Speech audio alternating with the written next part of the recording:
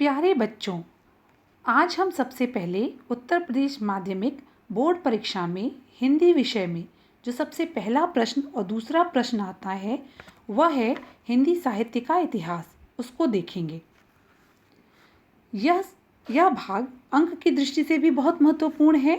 साथ ही इसके प्रश्न वस्तुनिष्ठ पूछे जाते हैं जिसमें पूरे अंक मिलते हैं हमें। इसके साथ ही यह भाग छात्र के विषय के प्रति पूर्ण ज्ञान को भी दर्शाता है। हिंदी साहित्य का इतिहास हमारे विषय में दो भागों में बटा हुआ है। वह हिंदी गद्य साहित्य का इतिहास, जिसमें शुक्ल युग और शुक्लोत्तर युग पढ़ना है, जिसके लिए 5 अंक निर्धारित हैं। दूसरा भाग हिंदी पद्य साहित्य का इतिहास, इसके लिए भी 5 अंक निर्धारित हैं और इसमें हमें रीतिकाल और आधुनिक काल पढ़ना है। तो आइए देखते हैं हिंदी का विकास। हिंदी का विकास 2 भागों में किया गया है, गद्य और पद्य। गद्य वह रचना है जो छंद के बंधनों से मुक्त होती है। गद्य में विचारों की प्रधानता होती है, जैसे कहानी, निबंध, उपन्यास आदि। पद्य को देखते हैं। छंद, लय, ताल, तुक से युक्त रचना, बद्ध रचना पद्य कहलाती है। इनमें भावों की प्रधानता होती है, जैसे कविता। अब आते हैं हिंदी साहित्य के इतिहास का विकास और कालक्रम। हिंदी साहित्य के इतिहास का काल विभाजन बहुत से साहित्यकारों द्वारा किया गया है।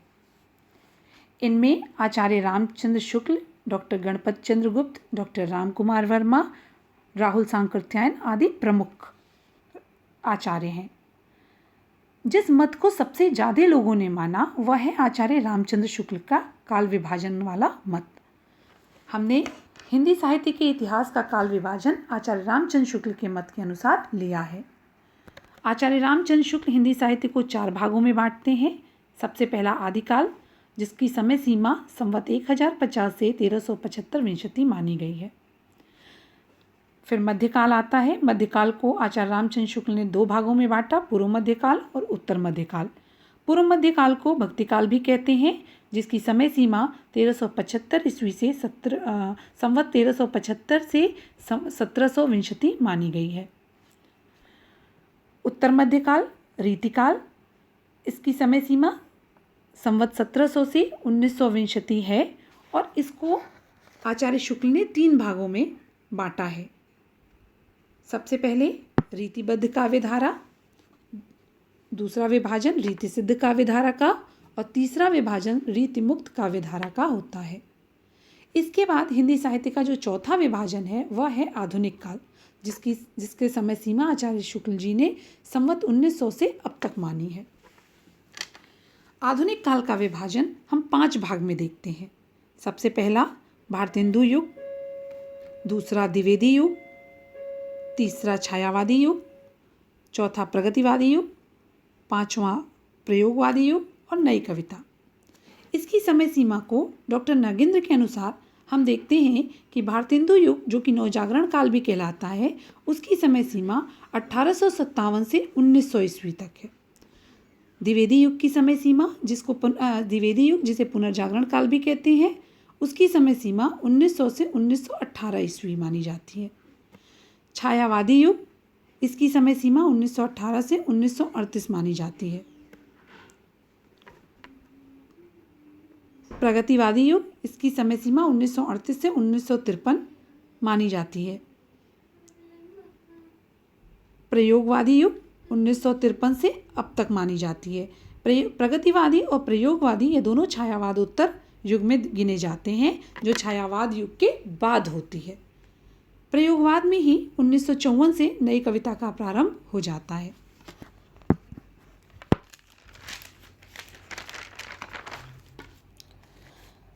अब कक्षा 10 के पाठ्यक्रम में हिंदी साहित्य के पद्य साहित्य के इतिहास में रीतिकाल और आधुनिक काल हमें पढ़ना है।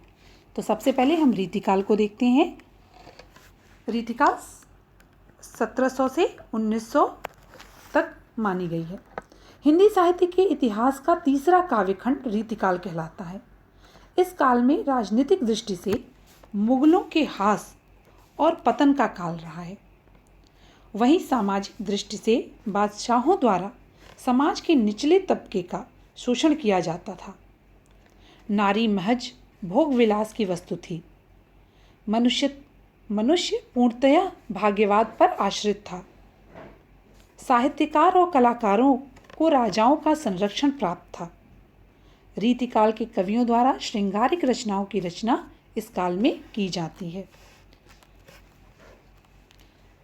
रीतिकाल से आशय हिंदी साहित्य के उस काल से है जिसमें एक निर्दिष्ट काव्य रीति या प्रणाली के अंतर्गत रचना करना प्रधान साहित्यिक प्रवृत्ति बन गई थी। रीति ग्रंथों का निर्माण किया जा रहा था। आइए देखते हैं रीतिकाल के नामकरण के। रीतिकाल के नामकरण के संबंध में अनेक साहित्यकारों ने भिन्न भिन्न नाम दिया है, जो हम लोग देखेंगे। आचार्य रामचंद्र शुक्ल और डॉक्टर नगेंद्र ने इसे रीतिकाल कहा है। मिश्र बंधु में श्याम बिहारी मिश्र, गणेश बिहारी मिश्र, सुखदेव बिहारी मिश्र, तीन लोगों को संयुक्त रूप से मिश्र बंधु कहा जाता है। तो ये तीनों लोगों ने रीतिकाल को अलंकृत काल कहा है। विश्वनाथ प्रसाद मिश्र ने रीतिकाल को श्रृंगार काल कहा है।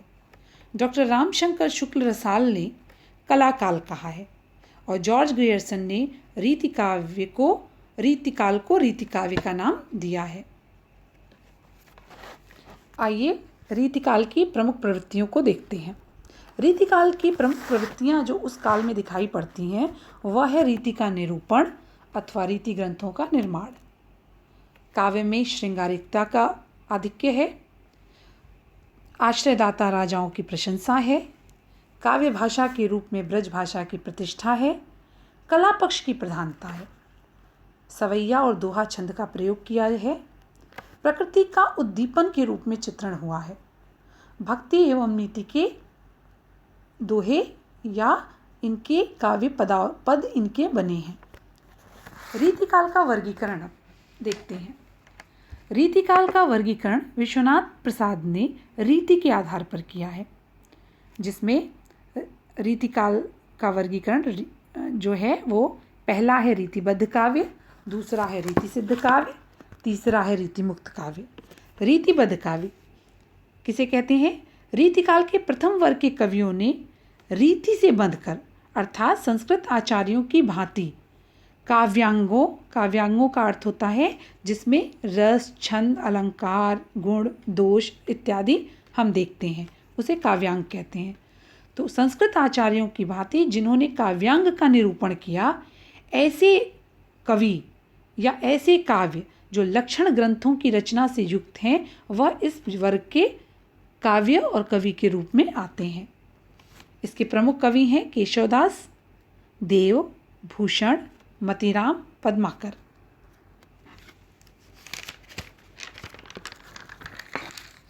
दूसरा विभाजन रीति सिद्ध काव्य का है। इस वर्ग में वो कवि आते हैं जो रीति से न तो पूरी तरह मुक्त थे न बंधे हुए थे। इसमें वे कवि आते हैं जिन्होंने रीति ग्रंथ की रचना नहीं की, किंतु उन्हें रीति की पूरी जानकारी थी।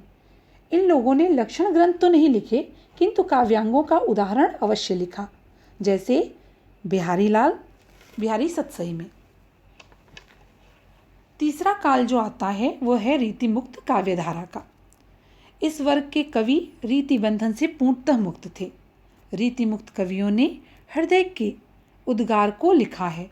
इसमें स्वच्छंद प्रेम की उत्कट अभिव्यंजना इनके काव्यों में दिखाई पड़ती है। इस काल के कवि रहे हैं घनानंद, आलम, बोधा, ठाकुर। अब आइए देखते हैं रीतिकाल के प्रमुख कवि एवं उनकी रचनाओं को। रीतिबद्ध कवि जो हैं उसमें केशवदास का नाम अग्रगणीय है। सबसे पहले केशवदास की रचना रामचंद्रिका, रसिक प्रिया, कवि प्रिया, रतन बावनी, विज्ञान गीता, जहांगीर जस चंद्रिका, नक्षिक वर्णन और छंदमाला है।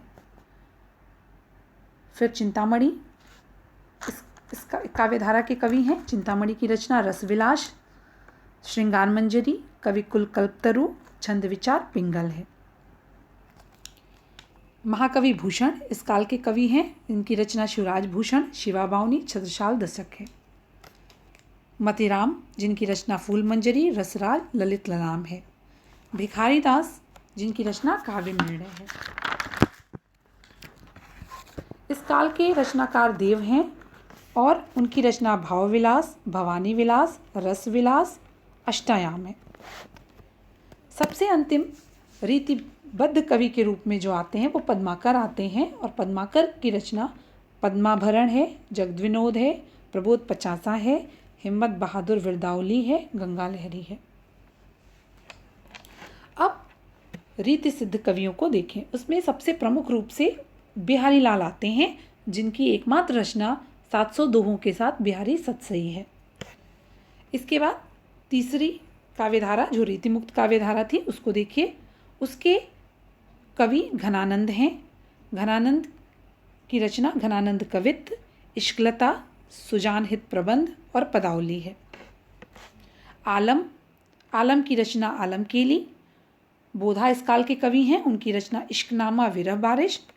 ठाकुर इस काल के महत्वपूर्ण कवि हैं, उनकी रचना ठाकुर ठसक और ठाकुर शतक है। इस प्रकार रीतिकाल के महत्वपूर्ण कवियों की रचनाओं का, इस काल का वर्गीकरण, इस काल का आशय, इस सब चीज़ें हम देखते हैं। यहाँ पर रीतिकाल समाप्त होता है। अब हम आधुनिक काल को देखेंगे जो पद्य साहित्य का हिस्सा है। आधुनिक काल। हिंदी साहित्य का आधुनिक काल उस समय में हुआ जब राजनीतिक गतिविधियों व आंदोलनों से हमारा समाज काफ़ी प्रभावित था। गद्य साहित्य का विकास भी इसी काल में हुआ था। इसे हिंदी साहित्य का सर्वश्रेष्ठ युग माना जाता है। आधुनिक काल में खड़ी बोली का विकास बहुत तेजी से हुआ और अधिकतर रचनाएं खड़ी बोली में ही की गईं। आधुनिक काल का काल विभाजन और नामकरण भी हमें देखना होगा। आधुनिक काल का जब काल विभाजन और नामकरण की बात करते हैं तो सबसे वैज्ञानिक रूप से जो काल विभाजन नज़र आता है वो डॉक्टर नगेंद्र का आता है और उसमें हम देखते हैं कि आधुनिक काल को उन्होंने 4 मुख्य भागों में बांटा है। सबसे पहला भारतेंदु युग, दूसरा द्विवेदी युग, तीसरा छायावादी युग, चौथा छायावादोत्तर युग। भारतेंदु युग जिसे पुनर्जागरण काल भी कहते हैं, इसकी समय सीमा डॉक्टर नगेंद्र ने 1857 ईस्वी से 1900 ईस्वी मानी है। दूसरा काल द्विवेदी युग है जिसे जागरण सुधार काल और स्वच्छंदतावाद भी कहते हैं। इसकी समय सीमा 19वीं शताब्दी से 1918वीं ईस्वी तक मानी जाती है। छायावादी युग। छायावादी युग को 1918 ईस्वी से 1938 ईस्वी में रखा गया है। चौथा विभाजन छायावादोत्तर काल के रूप में आता है जिसके 2 भाग हैं, प्रगतिवाद और प्रयोगवाद। छायावादोत्तर युग को 1938 से 1953 तक ईस्वी तक माना है। प्रगतिवाद, प्रयोगवाद और प्रयोगवाद के बाद नई कविता इसमें आती है। तो आइए सबसे पहले हम भारतेंदु युग को देखते हैं। भारतेंदु युग आधुनिक साहित्य के जन्मदाता के रूप में माने जाते हैं। भारतेंदु हरिश्चंद्र द्वारा ही इस युग का नामकरण, भारतेंदु हरिश्चंद्र के आधार पर ही इस युग का नामकरण किया गया है। हिंदी साहित्य की अन्य विधाएं जैसे काव्य, उपन्यास, नाटक, कहानी, निबंध, आलोचना आदि अनेक विधाएं इस काल में विकसित हुई हैं, यहीं से प्रारंभ हुई हैं। भारतेंदु युग की विशेषताएं, इस युग की क्या प्रवृत्तियां थीं, इनको देखते हैं। उसमें राष्ट्रीयता की भावना थी, सामाजिक चेतना का विकास था, अंग्रेजी शिक्षा का पूरा विरोध था, विभिन्न काव्य रूपों का प्रयोग किया गया और अंग्रेजी के उपन्यासों का, अंग्रेजी रचनाओं का हिंदी अनुवाद भी किया गया। भारतेंदु युग के कवि और उनकी रचनाओं को देखते हैं।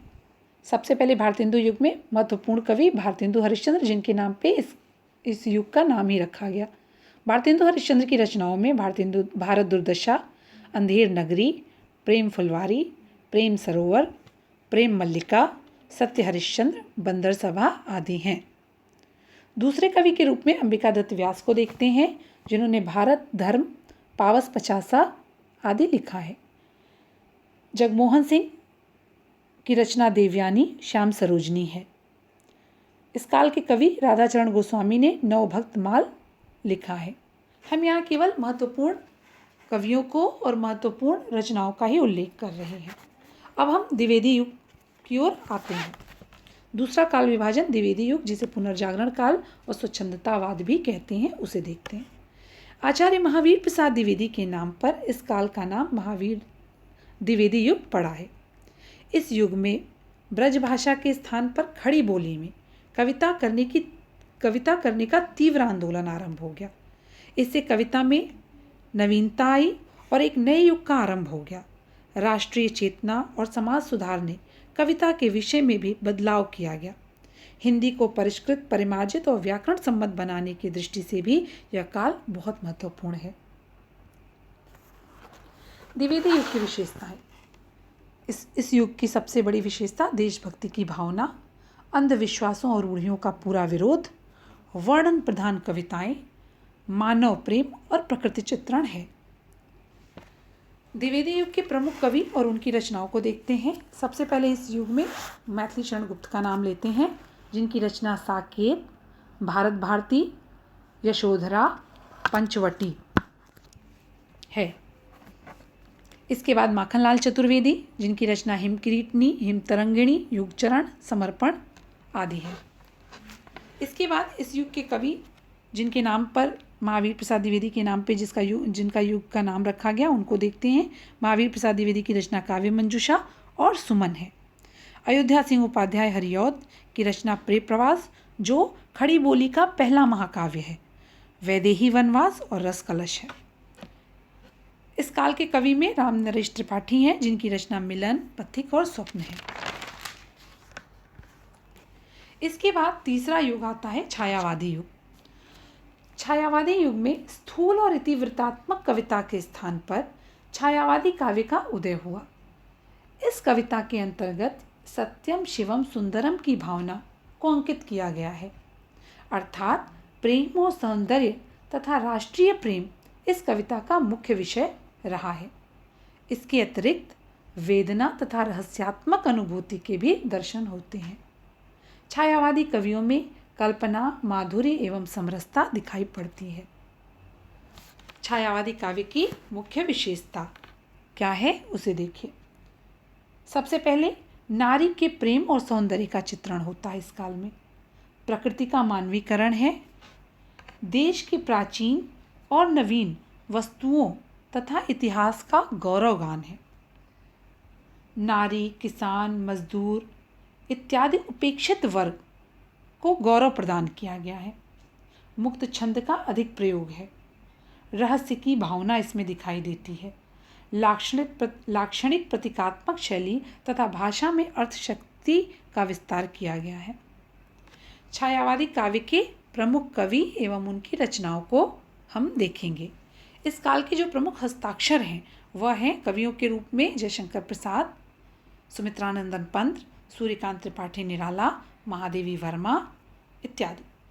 सबसे पहले हम जयशंकर प्रसाद को देखते हैं, जिनकी रचना करुणालय, चित्राधार, आंसू, झरना, लहर, प्रेम पथिक और कामायनी है। कामायनी महाकाव्य है जो 15 सर्गों में विभक्त है। सुमित्रानंदन पंत, जिनकी रचना चिदम्बरा, कला और बूढ़ा चांद, ग्राम्या, वीणा, गुंजन, पल्लव और उच्छ्वास आदि हैं। सूर्यकांत त्रिपाठी, जिन्हें निराला भी कहते हैं, इनकी रचना जूही की कली, अणिमा, अनामिका, तुलसीदास, परिमल, कुकुरमुत्ता, सरोज स्मृति, राम की शक्ति पूजा है। चौथी कवियत्री के रूप में बहुत ही महत्वपूर्ण है महादेवी वर्मा, जिन्हें आधुनिक युग की मीरा भी कहते हैं। इनकी रचना है यामा, रश्मि, निहार, नीरजा और सांध्य गीत। डॉक्टर रामकुमार वर्मा इस युग के महत्वपूर्ण एकांकीकार के रूप में हैं, जिनकी रचना चित्रलेखा और आकाशगंगा है। अब आता है छायावादोत्तर युग। छायावाद के बाद जो अगला युग आता है वह छायावादोत्तर युग है। इस काल को 2 भागों में बांटा गया है, प्रगतिवादी युग और प्रयोगवादी युग। तो सबसे पहले हम प्रगतिवादी युग को देखेंगे। प्रगतिवादी काव्य छायावादी काव्यधारा की अतिशय भावुकता एवं सूक्ष्म काल्पनिक अभिव्यक्ति के विद्रोह स्वरूप प्रगतिवादी काव्य का उद्भव हुआ। इस काव्य में स्थूल लौकिक संसार की विषमताओं, विसंगतियों एवं मानव पीड़ा के भाव को अभिव्यक्ति मिली, इसलिए इसे प्रगतिवाद काव्य कहा गया। प्रगतिवादी युग के मुख्य कवि एवं उनकी रचनाओं को देखते हैं। इसमें सबसे पहले कवि गजानन माधव मुक्तिबोध हैं, जिनकी रचना अंधेरे में, चांद का मुंह टेढ़ा और ब्रह्म राक्षस है। इसके बाद नागार्जुन आते हैं, जिनकी रचना बादल को घिरते देखा, सिंदूर तिलकित भाल, सतरंगी पंखों वाली, युगधारा, तुमने कहा था, हजार हजार बाहों वाली, ये सब इनकी कविताएं हैं। तीसरे कवि के रूप में रांगे राघव को देखते हैं, जिनकी रचना पांचाली, पिघलते पत्थर, अजय खंडहर हैं। इस काल के कवि शिवमंगल सिंह सुमन हैं, जिनकी रचना विंध्य हिमाचल से, और त्रिलोचन इसके महत्वपूर्ण कवि हैं, जिनकी रचना मिट्टी की बारात है। अब आता है प्रयोगवाद। प्रयोगवाद और उसके बाद नई कविता का विस्तार प्रयोगवाद में ही होता है। साम्यवाद व मार्क्सवाद की दृष्टि से ओतप्रोत साहित्य की धारा प्रगतिवाद के पश्चात हिंदी साहित्य में प्रयोगवाद के रूप में उदित होती है। छायावादोत्तर काल की वह काव्यधारा जिसमें काव्य के क्षेत्र में नए नए प्रयोग किए गए, प्रयोगवाद के नाम से जानी जाती है। अज्ञेय को प्रयोगवाद का प्रवर्तक माना जाता है। अज्ञेय के संपादन में 1943 ईस्वी में प्रकाशित तार सप्तक से प्रयोगवाद का आरंभ माना जाता है। आइए प्रयोगवाद धारा की प्रवृत्तियां या उनकी विशेषताओं को देखते हैं। प्रयोगवाद में घोर व्यक्तिवाद की प्रधानता रही। अति यथार्थवाद का आग्रह था। इनके काव्य में विद्रोह का स्वर मुखरित था। कुंठा, संत्रास, नैराश्य की भावना थी। बौद्धिकता की प्रधानता थी। लघुता के प्रति मोह था। रूढ़ियों के प्रति विद्रोह और नवीन उपमानों और मुक्त छंद का खुलकर प्रयोग किया गया था। अब देखते हैं प्रयोगवाद के प्रमुख कवि एवं उनकी रचनाओं को। प्रयोगवाद के सर्वप्रथम कवि के रूप में सच्चिदानंद हीरानंद वात्स्यायन अज्ञेय को देखते हैं, जिन्होंने तार सप्तक को बनाया, जिनकी रचना तार सप्तक, जो कि कई भागों में है, तार सप्तक, दूसरा तार सप्तक, तीसरा तार सप्तक और चौथा तार सप्तक। इनकी रचना रूपांबरा, कितनी नाव में कितनी बार, हरी घास पर क्षण भर, आंगन के पार द्वार, बावरा अहेरी, इंद्रधनुष रौंदे हुए, इत्यलम, भग्नदूत आदि रचनाएं इनकी हैं। इसके बाद धर्मवीर भारती आते हैं इस काल के कवि के रूप में, जिनकी रचना अंधायुग, कनुप्रिया, देशांतर, ठंडा लोहा, अद्यांत है। इस काल के कवि भवानी प्रसाद मिश्र भी हैं, जिनकी रचना गीत फरोश, चकित है दुख, बुनी हुई रस्सी, खुशबू के शिलालेख, इदम न मम, तूस की आग, कालजयी, सतपुड़ा के जंगल और सन्नाटा आदि है। इसके बाद 1954 में नई कविता का प्रारंभ होता है। आइए नई कविता के बारे में देखते हैं। नई कविता परंपरागत कविता के स्वरूप से बिल्कुल भिन्न हो गई थी। किसी भी दर्शन अथवा वाद से यह जुड़ी नहीं है, इसलिए इसे अकविता भी कहते हैं। नई कविता पत्रिका के संपादक डॉक्टर जगदीश गुप्त एवं डॉक्टर रामस्वरूप चतुर्वेदी जी हैं। पत्रिका का सर्वप्रथम प्रकाशन वर्ष 1954 ईस्वी में हुआ है। नई कविता की विशेषता के रूप में लघु मानववाद की प्रतिष्ठा होती है। प्रयोगों में नवीनता दिखलाई पड़ती है। क्षणवाद का महत्व है। नूतन बिंब का प्रयोग किया गया है। व्यंग प्रधान कविताएं रची गईं। इसमें कुंठा, संत्रास और मृत्युबोध परिलक्षित होता है। नई कविता के प्रमुख कवि और रचनाएं जो हैं, उसमें प्रयोगवाद के भी सभी कवि आ जाते हैं। साथ ही कुछ कवि यहाँ पे हैं, शमशेर बहादुर सिंह, जिनकी रचना काल तुझसे होड़ मेरी, बात बोलेगी हम नहीं। दूसरे कवि दुष्यंत कुमार, जिनकी रचना साय में, ये गज़ल गायक हैं, गज़ल कवि हैं। साय में धूप और एक कंठ विषपाई इनकी महत्वपूर्ण रचना है। यहाँ पर हम हिंदी साहित्य के पद्य साहित्य का समाप्त करते हैं, जिसमें आपने रीतिकाल को पढ़ा और आधुनिक काल को पढ़ा। इसके बाद अगली कक्षा में हम हिंदी गद्य साहित्य के इतिहास, जिसमें हमारे पाठ्यक्रम में शुक्ल युग और शुक्लोत्तर युग है, उसको देखेंगे। धन्यवाद।